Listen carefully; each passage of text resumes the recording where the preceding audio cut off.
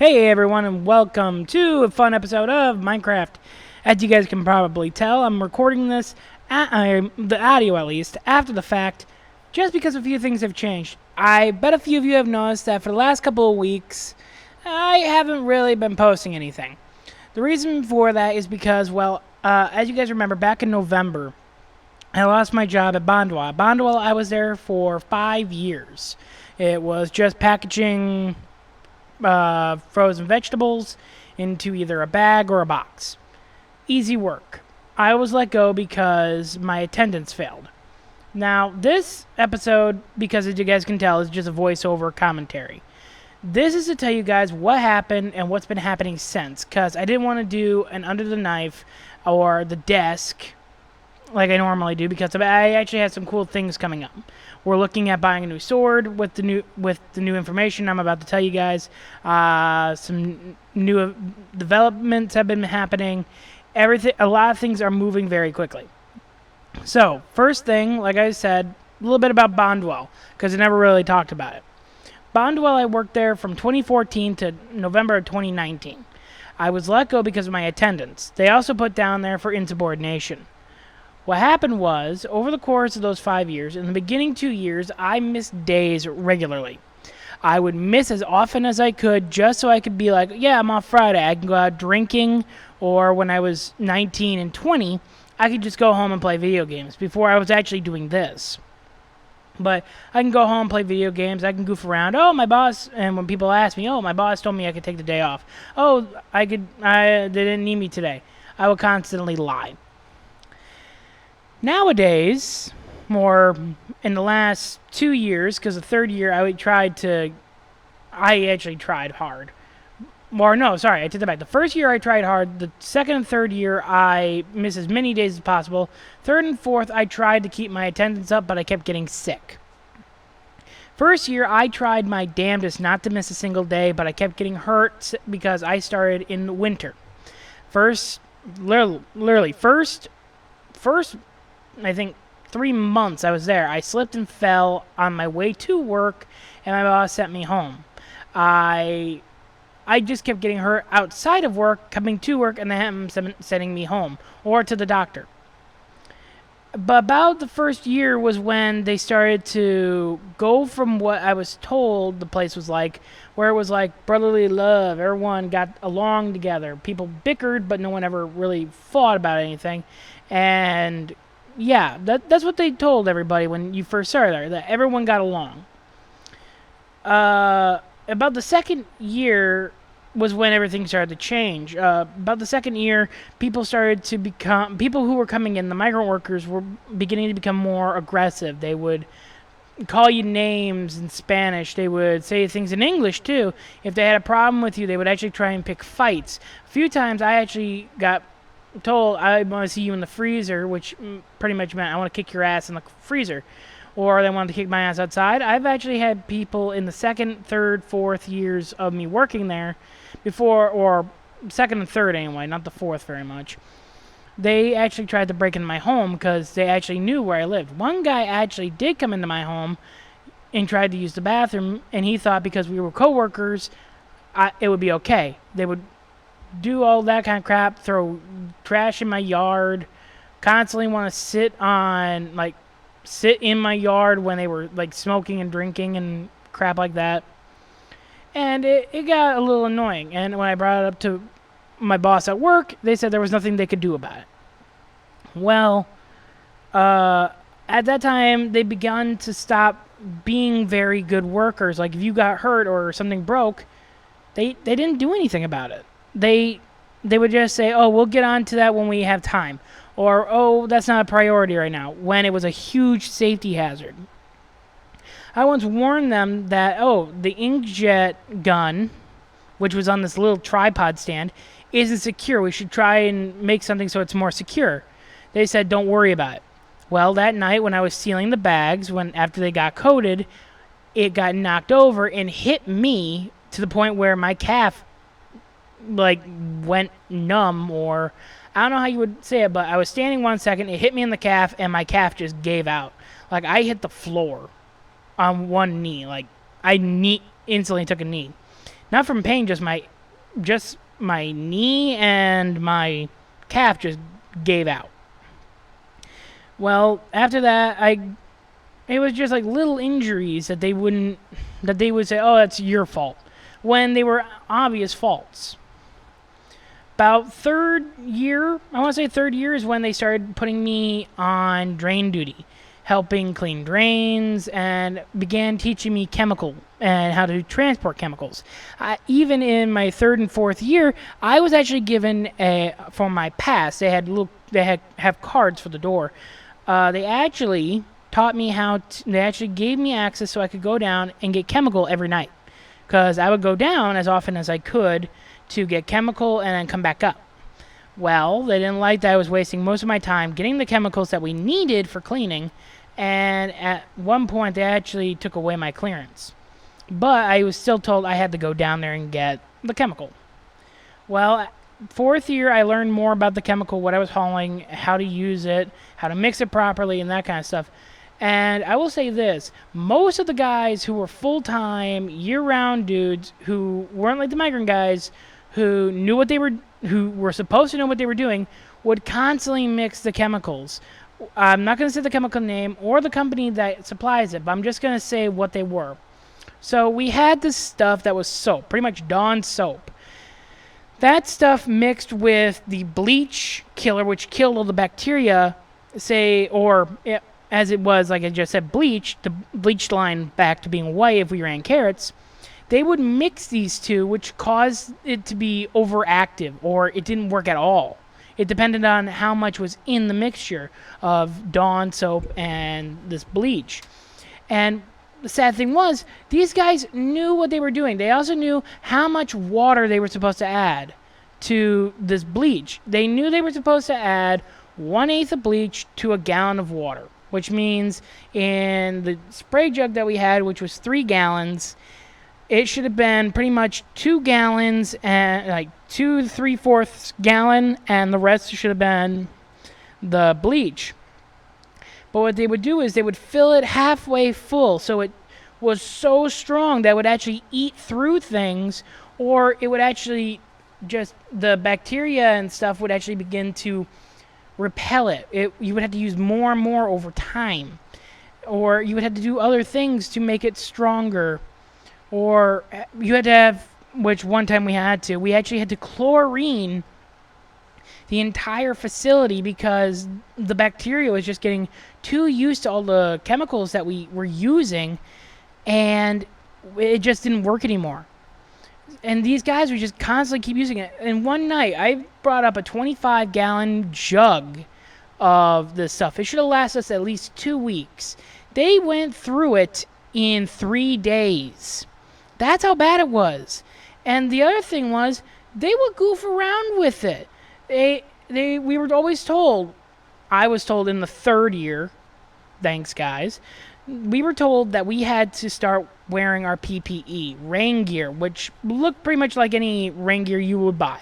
Rain, like slick rubber or plastic, rain overalls, a yellow rain jacket, a safe bump cap, a hard hat with a rig, which we called the halo, with a screen plus safety glasses, rubber chemical gloves if you were working with chemical, and thick black rubber boots that were non-slip. But the thing was, most of the guys would not wear it. And I'm as guilty as it too. If I didn't have to, I would not wear my pants. If I could just wear my jacket and boots and helmet, I would just wear that. And I have a pair of pants that can prove it, because so many guys sprayed me in the pants, or as I walked, the thing leaked, and it was all over my pants, all over my shirts. And the worst part was, at one time, someone actually dumped the bucket right on me, because they were trying to pick it up, and it was slick, and they accidentally, I know it was an accident because they didn't really mean to. We were friends. And they accidentally threw it at me, and I got splashed hard. Thank God nothing got in my face, but I was soaked in the stuff, and it ruined all my clothes. It actually ate through because that's how strong it was. Well, they kept putting me after the chemicals, they kept putting me in the drain to clean it. I even got clearance for the giant palletizing robot to go in there at cleanup, which when it was turned off and was safe to enter the cage, I was able to go in there, pick up the wood, clean up the grates and all that. But about the third year, they told us we had to stop putting product down the drain. We were told years in advance that we could put corn, carrot, everything down this drain, and that the sump pump on the end, there were two sump pumps on the end of each drain, which I called the northern long one and the southern old long one, or the southern old, because the southern one had a bunch of old iron grating, while the other one, the northern one, had new like steel grating, and even the south one snaked up almost to the north one. But the thing was, we were told for years, and I was taught this in my third and fourth year, well, most of my third year, that you take a broom and you push all of the product, which is what we called the corn and carrots or whatever, all the way down to the end, to the sump, where the sump had a little blade where it would actually grind everything up.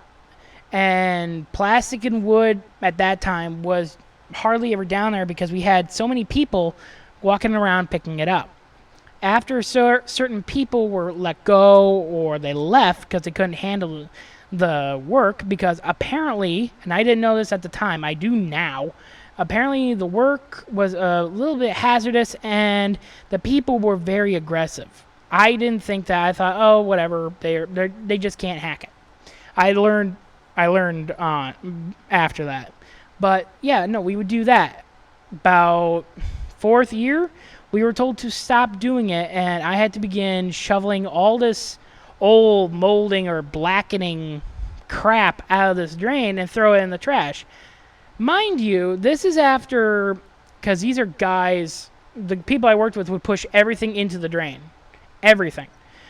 It could have been 200 pounds of product, and they just throw it right down because, oh, the water will take it down, which it didn't, because that much weight of product, it would take about a third of it down. The rest would get stuck, and I'd have to spend most of one night pushing everything down if we didn't run that machine the next night, cleaning it all up, which took a night, and then cleaning it, which by that time the idiots would have run it again. Because it didn't happen until the fourth year where they were told it was mandatory to start scooping and cleaning everything up. And at that time, for a few months until about the beginning, about near, I want to say October of my fourth year, when my friend Dave, who was an awesome guy who knew more cleaning procedures than most of the guys, because he used to be on the original sanitation, he was let go because of an anger outburst, which I thought was kind of weird, because most of the time they know we're going to get upset because either you guys won't fix the machines, or the machines keep breaking after the guys fix it, or you guys just let it sit, and when you tell us to run it, we can't get it to because it's been neglected for so long. And Dave, he was one of those guys where it's like, okay, fix it. It's working? Cool, I'll run it. It's not working, fix it. You're not going to fix it? Then I'm not working on it. Or if he would, or we had this one machine called the 96er.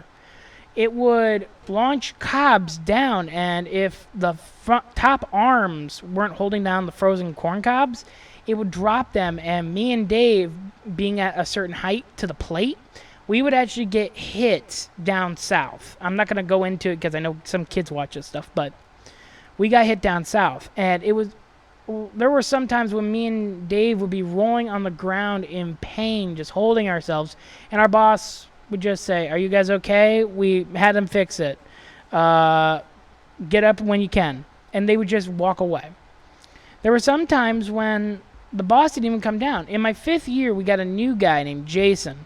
He, and after William was fired for his reasons, I'm not going to go into that because that doesn't have to be in this video, they hired a new girl called Ashley. Ashley decided she was going to hop on the bandwagon with Jason. Jason, and like everyone else, because I'm the guy that lets people walk on him, they started picking on me.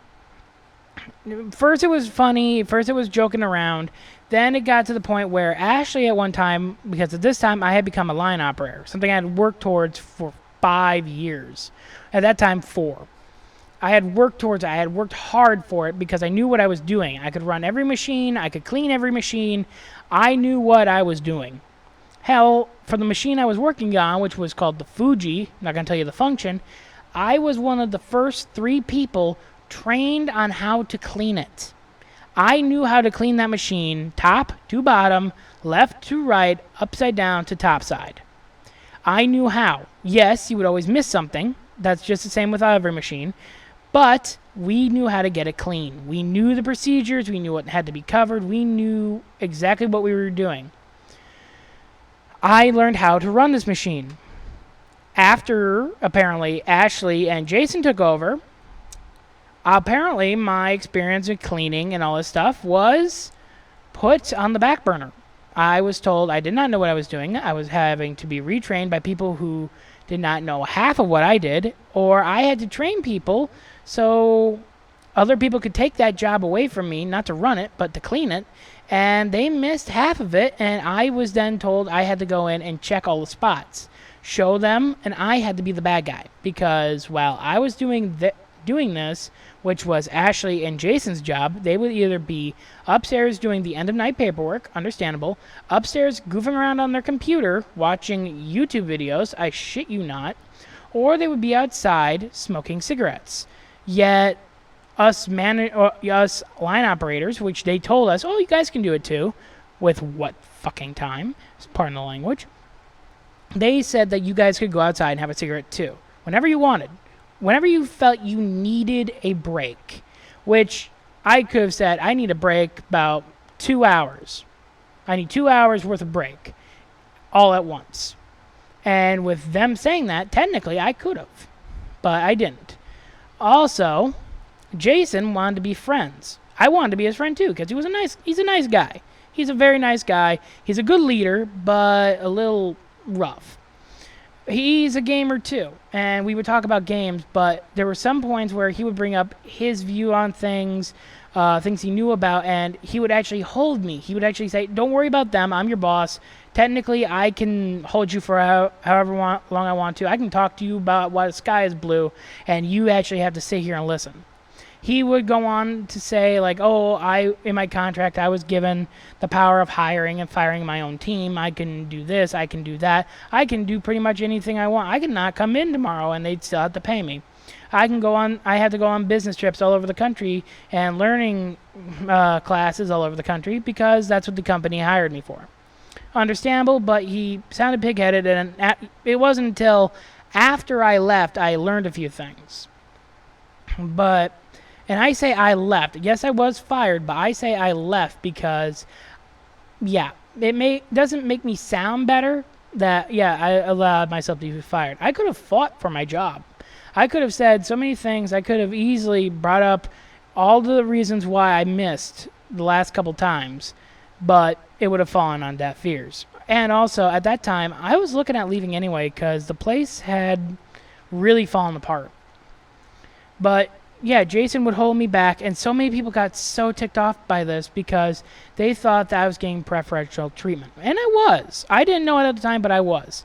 I was also being given more tasks than most other people because they trusted me and I knew what I was doing. One, I was the guy who had to work on the sump pumps. If they got clogged with plastic and wood, because people had completely stopped picking it up and would just I saw people throw big balls of tape because we had boxes that had tape. They would take big bundles of tape and just throw it right in the drain. Like, if I had an open cover, they'd just throw it in or throw product right in, which was a big no-no at that time. Written up trouble. And they just looked the other way. The other thing, at the same time, was that, oh, you know what you're doing, go check the machine. And when I checked, I would have Ashley or Jason right behind me checking what I just checked and saying, yeah, everything's good. No shit, you're wasting time. And I knew most of the chemical procedures. I was still tasked with mixing the proper chemicals and getting chemicals ready. Letitia, our QA, was in charge now of going down and actually getting the chemical. But as I said, in the 4th and 5th years, I was getting a little sick. Every time I went into the drain the next day, I just felt awful. And as I kept being put into that situation, and I even brought it up to Jason and them, hey, I need to stay out of the drain. I'm not feeling well. Get someone else trained. Or it would have to be down to the part where it's like, okay, I'm going into the drain. I need to get the drains done because no one else can take care of it because no one else is trained because you want everyone else trained on something else, or half of them are just standing around holding squeegees. Or the language barrier was so strong. The thing is, I know in the United States we can't say no to a job if you have if you can only speak certain languages. Like if you can only speak Spanish, you can still get hired on. But the thing is, it would help because they were hiring people from Puerto Rico, Mexico, Texas, and along the southern belt where a lot of Latinos were coming in.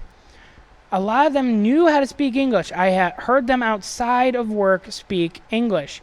Or the ones that did speak English never really wanted to. Or they were really... It was always a toss-up because we would also get a cool guy who would be like, yeah, I can translate. We had this one guy, Axel, who I actually trained on the Fuji, who then left the very next day because I don't like this work environment. Just because he was told he might have to work Saturday. He spoke Spanish and English, so if someone had a problem, he could point at the person, say exactly what he said, or whatever insult he threw, and I could go and talk to that person, and he could translate, so there was no miscommunication. After he left and a few other people left, it was always just, oh, he's yelling at me, oh this, because in the factory I had to yell, not like, hey, what are you doing? It was more like, hey, bud, what's going on? Or hey, or if someone was about to be hurt, I'd actually shout, stop, or something like that.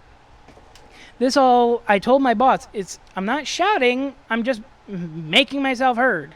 But they always said, no, you're yelling, you can't do that, you're not in charge here, and da-da-da-da-da. But then the moment I don't step in and I don't help, why aren't you helping? Why aren't you doing this? Why aren't you doing that? It was always a catch-22. And again, back to the drain situation, I was getting so sick, I was missing so many days, and they said, okay, final warning. And I waited 6 months. I kept getting sick, and to the point where one day after I came home, I could not hear anything out of I could not hear my alarm clock. I was deaf. Almost to the point where, yeah, I could hear certain noises, and I could hear thumps, like if I tapped on my body or something. But other than that, it was like I had swimmer's ear, and I could not hear jack shit. And I told them that. It's like, for my safety, I cannot come into work today. They then said, okay, you're fired for missing too many days. And I understand that, because I had a history of missing. But the insubordination was what got me. Like I said before, that we had this new girl, Ashley. She became our supervisor. You had the plant supervisor, which was Jason, the white hat. Then you had the line supervisor, who was Ashley. Then you had the line operator.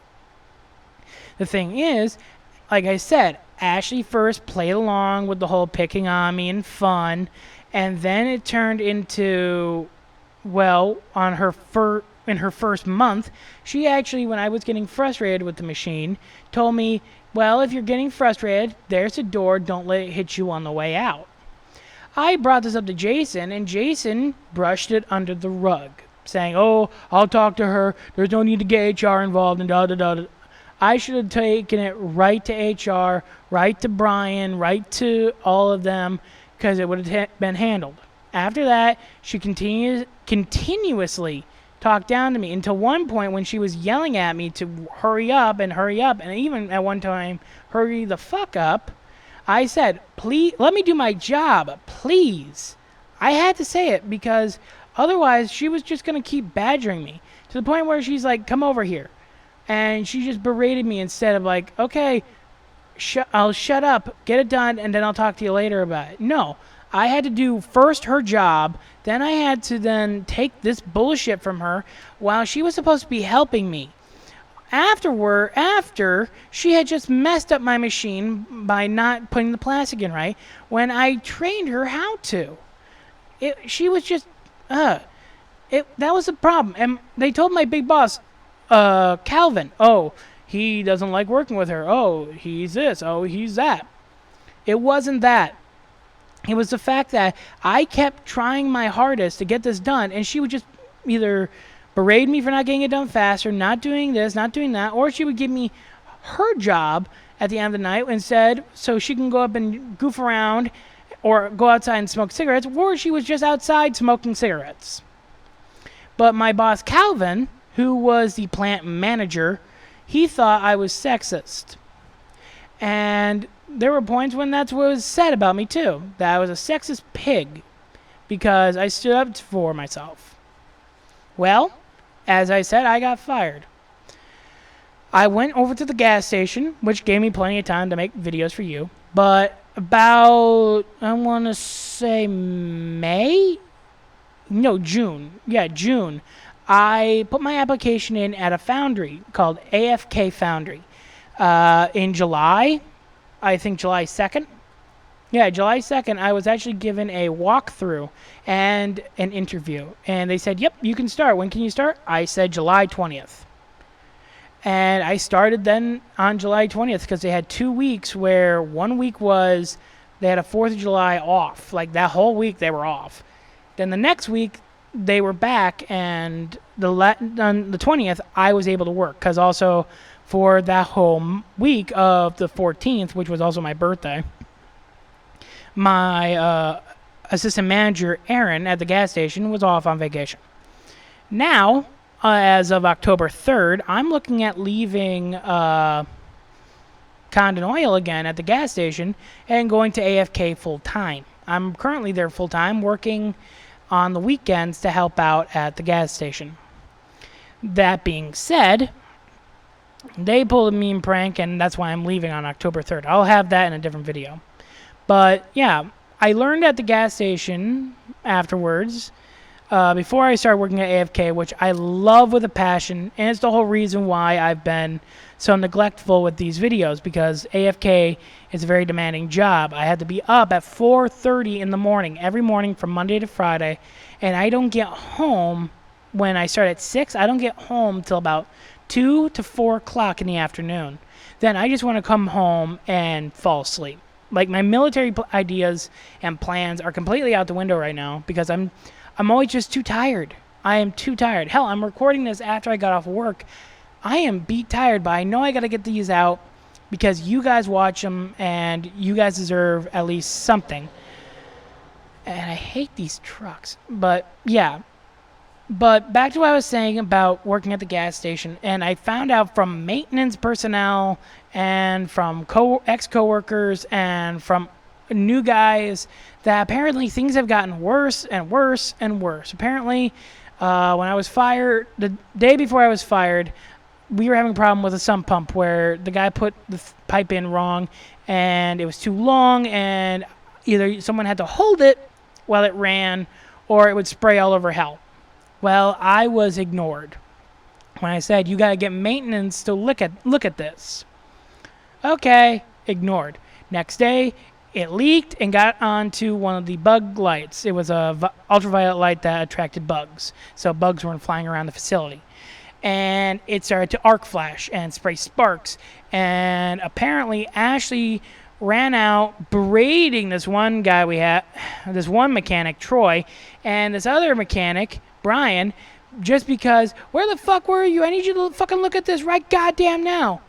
Something I was told I was never allowed to do, and she's the boss. She knows she wasn't supposed to do it. They told her to calm down. They both did because she was going irate. She was told to calm down. Next day they were taken into the office and were told, we're writing you up for insubordination. How dare you yell at Ashley? How dare you do this? How dare you do that? How dare you do this? And all they told her to do was calm down. It was complete bullshit. Yet they had to sit there and take it.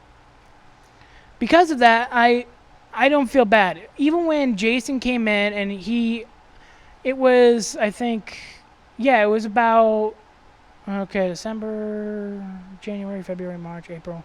Yeah, it was about May, just before I put my application in over at AFK, where Jason came in And I said, yeah, I was thinking about putting my application back in at Bonduelle, and because one of my coworkers, Letitia, the QA, had told me to try it. And he jumped at like a dog on scraps. Like, yeah, you really should. We need a QA, yada, yada, yada. So many people because of the COVID thing, yada, yada, yada. He wanted me back so bad because he knew. He knew that, because he said, oh, I'll fight for you. Never did. But we'll try and get you back. I'll help you try and get back.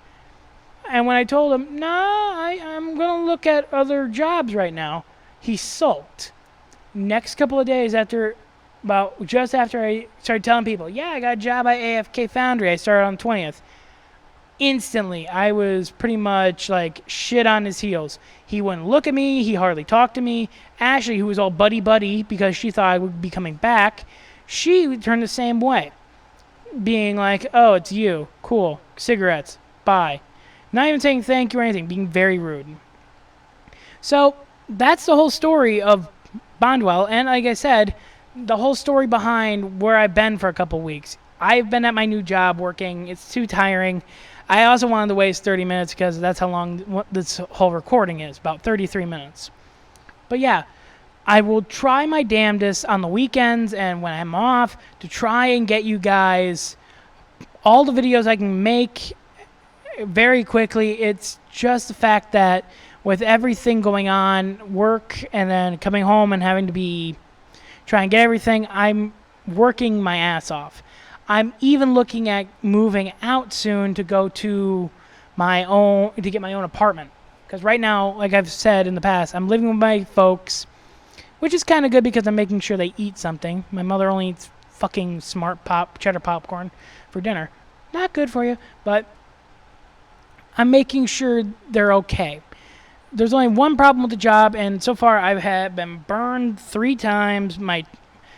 On my right hand, my middle finger and my ring finger just don't want to work right. I'm constantly cramping up at my right forearm, and I have a giant, bruised contusion on just above my left ankle because a pallet bit me.